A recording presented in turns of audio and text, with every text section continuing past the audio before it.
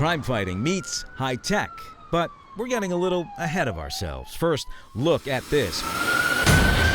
Farmington police chasing down a burglary suspect.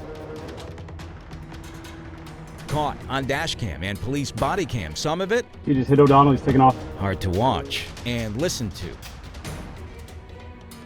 An officer in pursuit on foot. Officer down, officer down.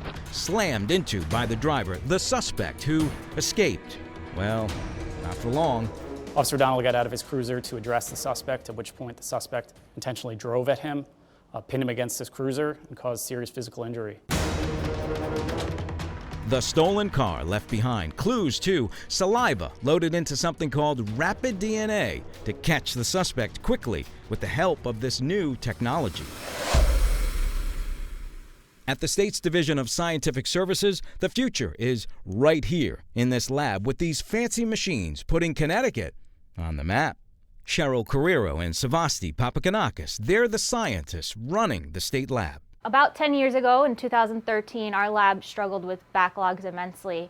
Our turnaround time was in the years, not even months. And we've worked towards dropping our backlogs. The machines, looking like those self-serve kiosks you see at the airport, take DNA like blood, saliva, or a sample from someone's hat, glove, even a cigarette butt, and run it through the state's list of 128,000 convicted criminals looking for that match with a twist. The rapid DNA test versus the traditional testing, they're the same type of chemistries, it's going to look the same as the traditional testing.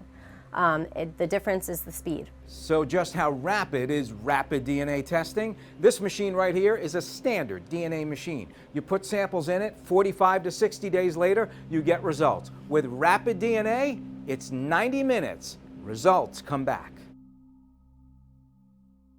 To date, about 1,000 rapid DNA tests have been performed in Connecticut, giving police a jump on literally hundreds of leads. Out of the 1,000, we have so far sent out 250 leads, and that's about 25% of 1,000.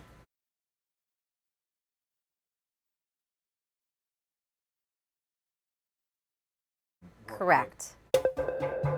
We're out there, we're searching for evidence. New Haven PD has one of the machines that's been placed around the state. These two detectives, both trained and certified at the state lab. These machines can be used for murders, rapes, assaults, and We had a string of burglaries within the past year or so. We used it to pinpoint who was responsible and involved in those burglaries, and he was able to be taken off the street fairly quickly.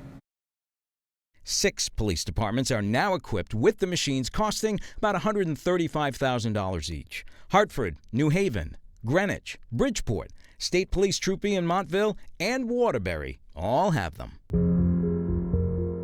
And it's not just used to catch bad guys. Turns out that the sample was a lead to somebody else. And so they were able to release that person because they're now looking for another person.